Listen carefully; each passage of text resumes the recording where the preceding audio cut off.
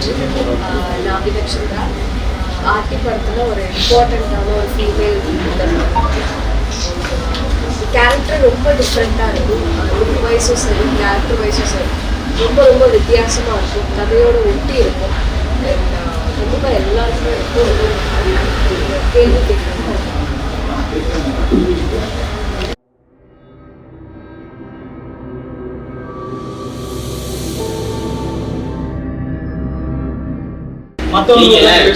அயலி ஒரு பெரிய web series, அது பயங்கரமா பேசப்பட்டது. அதுவும் இந்த படத்துக்கு நிறைய சம்பந்தங்கள் இருக்கலாம்.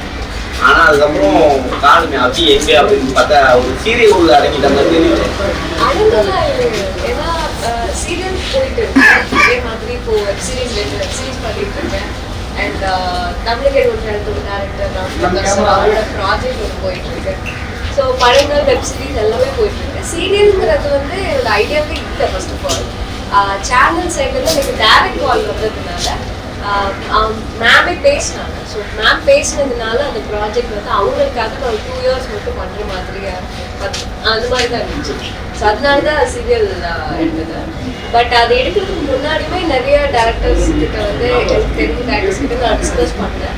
ஸோ எனக்கு எல்லாம் சொன்னது என்னன்னா, எனக்கு ஏஜ் இருக்கு. ஸோ 2 வருஷம் தானே பண்ணிட்டு ஒரு 1 year கேப் எடுத்து சினிமாக்குள்ள வரலாம் அப்படின்னு சொன்னாங்க.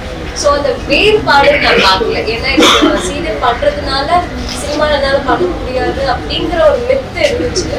பட் அந்த மித் வந்து எனக்கு அஃபெக்ட் ஆகல. ஏன்னா நான் இப்போ ப்ராஜெக்ட் பண்ணிட்டு இருக்கேன். பெண்களை வந்து படிச்சு இந்த வெளியில வரணுன்றது தான் ஒரு கான்செப்ட். இந்த படத்துல உங்களுக்கு ஏதாவது அந்த மாதிரியான நிகழ்வு ஏதாவது ஏற்படுறாமா? இதை தான் நீ இந்த சீன் தான் பண்ணி அவங்களை இப்படிதான் பண்ணணும்னு உங்களை ஏதாவது வலுக்கட்டாயம் பண்ணாங்களா? அதுக்கு டைம்ல எதுவுமே இல்லை. ஏன்னா இந்த படத்துல பொறுத்த வரைக்கும் அந்த மாதிரியே எதுவுமே கிடையாது. ஃபுல் அண்ட் ஃபுல் ஒரு பிரேவான, ஒரு போல்டான, ஒரு முற்போக்கு சிந்தனை உள்ள ஒரு பொண்ணு.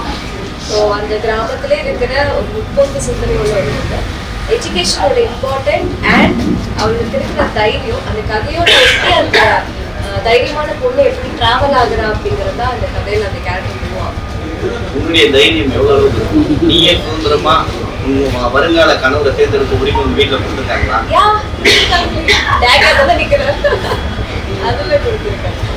Love marriage confirm? அது எப்படி லவ் மேரேஜ் மட்டும் கன்ஃபார்ம் அப்படிலாம் இல்லை. எனிதிங் பேரண்ட்ஸ் வாஸ் சப்போர்ட்டட் எல்லாமே. இந்த 2025 இப்போ இருக்க காலகட்டங்களில் பெண்கள் வந்து அடிமைப்படுத்தப்படுகிறார்களா? இல்லை, அடிமைப்படுத்தப்படுறாங்கன்னு இல்லை. பட் சில இடங்கள்ல கண்ட்ரோல் பண்ணப்படுறாங்க அப்படின்னு சொல்லலாம்.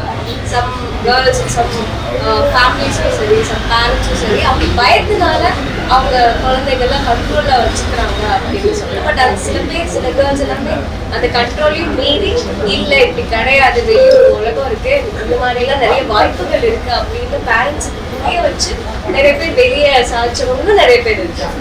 ஸோ 2 பேர் இருக்கு. ஆனால் யாரும் இப்போ அடிமையா யாரும் இல்லை அப்படிங்கிறது. இப்போ அதிக அளவில் வந்து பெண்களும் வந்து ஆண்கள் கூட சேர்ந்து ட்ரக்ஸ் யூஸ் பண்ணுறதுலாம் இருக்குது. சரி, அதை நீங்கள் எப்படி பார்க்குறீங்க? குடிக்கிறாங்க, கொள்றாங்க, பப்புக்கு போகிறாங்க. இப்போ அதெல்லாம் வந்து நல்லா வேல்யூபிளா, ஒர்த்தபுளா? இல்லை வேல்யூபிள் ஒர்த்தபுள் இல்லைன்னா அது அவங்களுக்கு அதுக்கு என்னத்துக்கு ஓகேவா? இது எல்லாமே அவங்களோட தனிப்பட்ட நுட்பம் தான். ஏன்னா இப்போ ஆண்கள் எல்லாமே பண்ணிட்டு இருக்காங்க. இப்போ வந்து பெண்கள் எல்லாரும் வெளியே வராங்க. மற்றவங்களும் சில பேர் வந்து அது மாதிரி பண்ணிட்டு இருக்காங்க.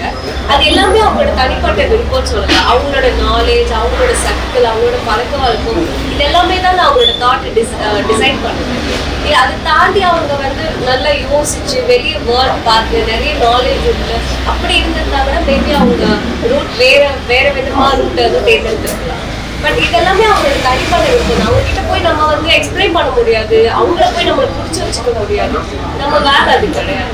ஸோ அவங்க லைஃப், அவங்கவுங்க பார்த்து அவங்கவுங்க தான் தேர்ந்தெடுக்கணும்னு. படம் வந்து நாங்கள் வந்து இன்னைக்கு முன்னாடி அறிவிக்கிறோம். 24ஆம் தேதி, அதாவது தீபாவளி முடிஞ்சு 24ஆம் தேதி இந்த படத்தை வெளியிடுறோம். ஊடகங்கள் எங்களுக்கெல்லாம் நீங்கள் சப்போர்ட் பண்ணுங்கள். இந்த படம் தேட்டரில் போய் எல்லாரும் பார்க்கணும். ஏன்னா நான் எல்லாருக்கும் சொல்கிறது அதுதான், நம்ம கோயிலுக்கு போகிற மாதிரி, சர்ச்சுக்கு போகிற மாதிரி, மசூதிக்கு போகிற மாதிரி. ஏன்னா அங்கே போனால் எல்லாமே நம்ம சாமி கொடுக்குமா அப்படின்னா கொடுக்காது. ஆனால் 3 மணி நேரம் நம்ம தேட்டருக்கு போனால் எல்லாமே கிடைக்கும், ரிலாக்ஸேஷன் கிடைக்கும். கோயிலுக்கு போனால், சர்ச்சுக்கு போனால், மசூதி போனால் எப்படி ரிலாக்ஸ் கிடைக்குதோ, நம்பிக்கை கிடைக்குதோ, அதே மாதிரி படம் வந்து உங்கள் வீட்டுக்கு இருக்கிற பிரச்சனைகளை தாண்டி இங்க வந்து இருக்கிற ட்ரெஸ் எல்லாம் குறையுதுன்னா என்ன மாதிரி படமா இருந்தாலும் பாருங்க. தேட்டர்ல போய் ஒரு 3 மணி நேரம் உட்காந்துருவாங்க, எல்லா பிரச்சனையும் சரியாகும். குறிப்பா அந்த ஆண்டி படத்துல வந்து பாருங்க, உங்களுக்கு ஒரு என்னெல்லாம் நம்ம வாழணும்னு ஆசைப்படுறீங்களோ இந்த பெண்களுக்கு இந்த படம் ஒரு உபயோகமா இருக்கும். 24ஆம் தேதி பிறகு 24ஆம் தேதி இந்த படம் ரிலீஸ் ஆகுது. நீங்க தேட்டருக்கு சென்று பாருங்க. நீங்க தேட்டர்ல மக்கள் வரணும், ஒரு ஓடிடி பிளாட்ஃபார்ம் காலி பண்ணுங்க. இல்ல ஓடிடி மக்கள் தேட்டருக்கு வந்து ஆல்ரெடி ஓடிடி வந்து முடிஞ்சுது, கரைஞ்சிட்டு. ஏன்னு கேட்டீங்கன்னா நீங்க என்னன்னா இப்ப இன்னைக்கு படங்கள் வந்து இந்த ஓடிடினால தான் இன்னைக்கு பெரிய பெரிய உடனே ஒரு சம்பளத்தை ஹீரோக்களுக்கு இயக்குநர்களுக்கு எல்லாம் அதிகமா கொடுத்து படத்தை எடுத்தான். படத்தை எடுத்து இப்போ வந்து அவங்க இல்லை. ஏன்னா தேட்டர்ல பார்த்துட்டா மறுபடியும் அவன் இந்த படத்துக்கெல்லாம் ஓடிடில ஏன் பார்க்க போறான், பார்க்க மாட்டேங்கிறாங்க. நிறைய படங்கள் அதனால தான் இந்த ஓடிடிகள்லாம் அவங்களே ரன் பண்ண முடியாம ஸ்ட்ரகிள் ஆகிட்டு இருக்காங்க. அந்த ஓடிடியில பார்க்கறது குறைஞ்சி போச்சு. அதனால ஓடிடி வந்து எதிர்காலத்தில் அது அப்படியே இதாக இருக்கும். ஏன்னா அதுக்கு ஓடிடி கம்பேர் பண்ணப்போ யூடியூப் பார்த்துட்டாங்க. நன்றி. நன்றி, நேரம் நன்றி.